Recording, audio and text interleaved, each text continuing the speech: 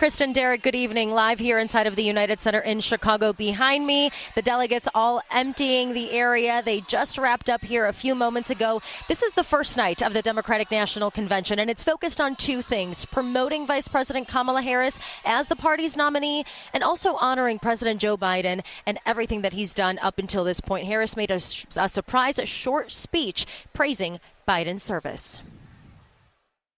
Joe, thank you for your historic leadership, for your lifetime of service to our nation, and for all you will continue to do. We are forever grateful to you.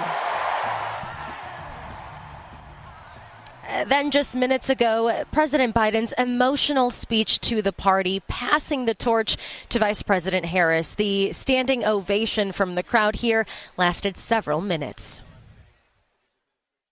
She'll be a president our children can look up to. She'll be a president respected by world leaders because she already is. She'll be a president we can all be proud of. And she will be an historic president who puts her stamp on America's future. Now, there were a couple crowd chants that we picked up on here as we were listening to President Joe Biden's speech. Thank you, Joe. We love Joe. Those were signs and also chants that erupted here as those delegates, those family members weighed in on his speech. I want to see if we can send it out to 12 News political director Matt Smith. He's in the middle of all the action on the convention floor. Matt, this crowd, this energy, a lot for night one of the Democratic National Convention.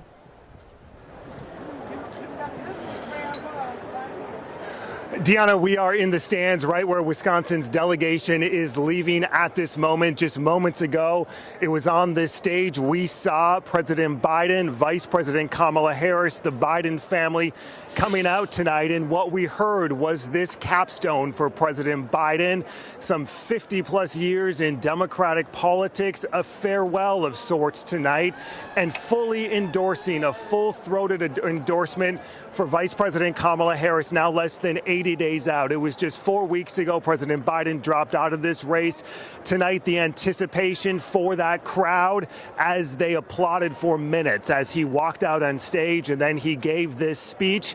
What would have been a Thursday night speech, now a Monday night speech. We have new reaction. We just came in from our Wisconsin delegation as this speech came to an end. Take a listen.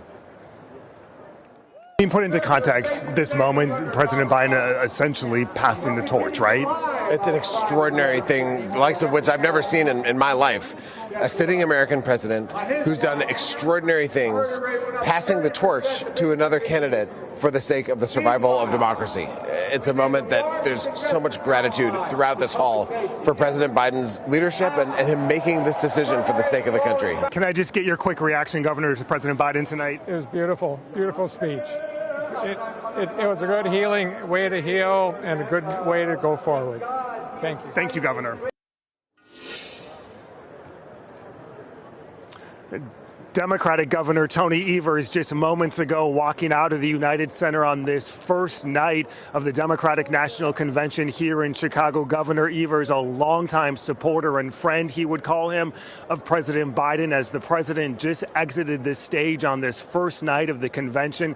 Of course, tomorrow, Deanna, as you will talk about, we are already looking ahead to the importance of Wisconsin, the rally in Milwaukee with Vice President Harris. But tonight, the Democratic Party looking to make it all about President Biden and this moment to move the campaign now along to officially the Harris-Walz campaign. Deanna? Matt Smith reporting live from the convention floor on night one of the Democratic National Convention here in Chicago. Now back here in our remote studio, as the convention got underway inside, protesters breached a security fence north of the United Center. This caused a significant disruption and kept delegates from getting into the arena on time. The Chicago Police Department quickly got control of the crowd, and it's important to note that the protesters did not breach the inner perimeter of the United Center, as there are layers of barriers all around the convention center here. A reporter with our ABC sister station questioned police at the fence. What's the plan to prevent this from happening again? Well, that's something that we're going to have to assess. I mean, we need to assess that. Is the fencing sufficient, or we need to assess that? That's an assessment we're going to make once we clear everything. We do know at this hour, Chicago police arrested at least 4 people, and security is very tight in and around the United Center. This is some video that I took kind of showing that massive line of people still waiting to get inside of the arena almost 2 hours after the program already started on night 1 here inside of the DNC.